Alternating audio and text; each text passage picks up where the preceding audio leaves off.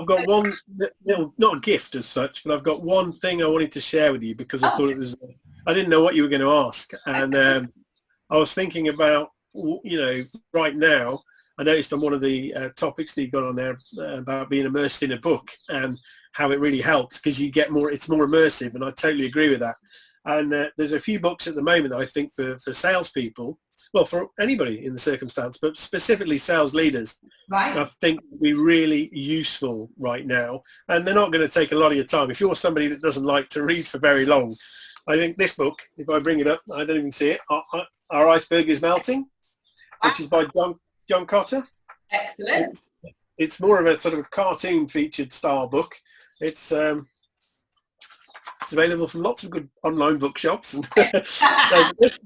I won't tell you the story. It'll kind of ruin it, but The Iceberg is Melting by John Cotter. John Cotter is a lecturer, an award-winning author at Harvard Business School.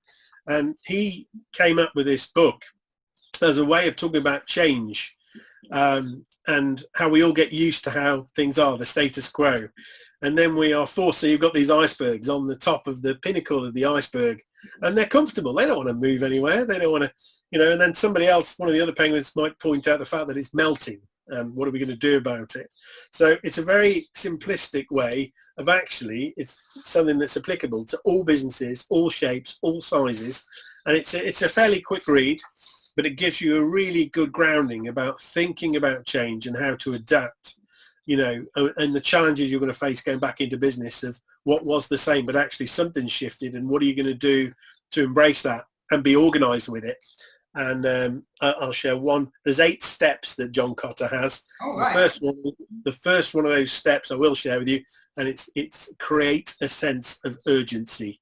And I think that's critical for people going back into the workplace. Yeah, everybody's slowed down, haven't they? Yeah. And the other one, I'll only give you 2 for the moment because I got a lot in here, but this is probably my all-time ever favourite book, so it'd be remiss of me not to share it. But this is a book called, it's a bit more of a read, but it's called Shackleton's Way. Right, yeah. Shackleton's Way, got that. Now this is about a fantastic explorer, Sir Ernest Shackleton, who went on lots of different expeditions, but he wanted to transverse the polar caps, and this was back in sort of 1914 to 16, and it was a huge failure. He and his crew got trapped in the ice, and things went from bad to worse. And he was a leader in the worst adverse kind of circumstances. And I won't spoil the story because I really think it's a great read. But he came out of that, and all of his crew survived. Wow. Which is you think of the conditions, the temperature, where they were, the lack of supplies. And what they actually had to do was pretty outstanding. And he had to deal with all the personalities, the naysayers, and those that the sort of the mood hoovers that were really sapping the energy out of the air. And he had to make some pretty critical decisions in adverse times. And I think anybody that reads that, there's lessons that can translate into today for sure.